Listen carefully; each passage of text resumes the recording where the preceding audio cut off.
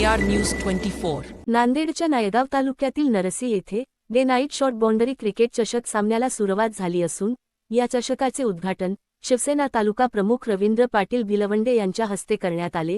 कार्यक्रमाच्या अध्यक्षस्थानी जिल्हा मराठी पत्रकार संघाचे माजी जिल्हाध्यक्ष सूर्यकांत सोनखेडकर हे होते, तर व्यासपीठावर पोलीस पाटील इब्राहिम बेग पटेल, सरपंच गजानन भिलवंडे, ज्येष्ठ पत्रकार रघुनाथ सोनकांबळे, गंगाधर पाटील भिलवंडे, दिलीप वाघमारे, गंगाधर गंगासागरे, ग्रामपंचायत सदस्य रफिक शेख, रफिक पठाण, बाबूलाल, लालबा सूर्यवंशी यासह अनेकांची उपस्थिती होती।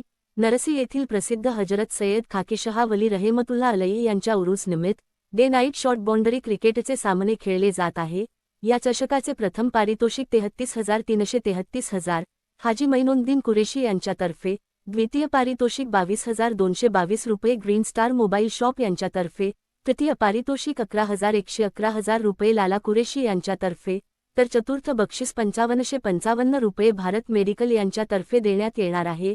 Man of the match, man of the series यासह असंख्य बक्षीस वितरण होणार आहे, अशी माहिती आयोजक MK fighters cricket club Narsi व कमिटीच्या वतीने देण्यात आली आहे।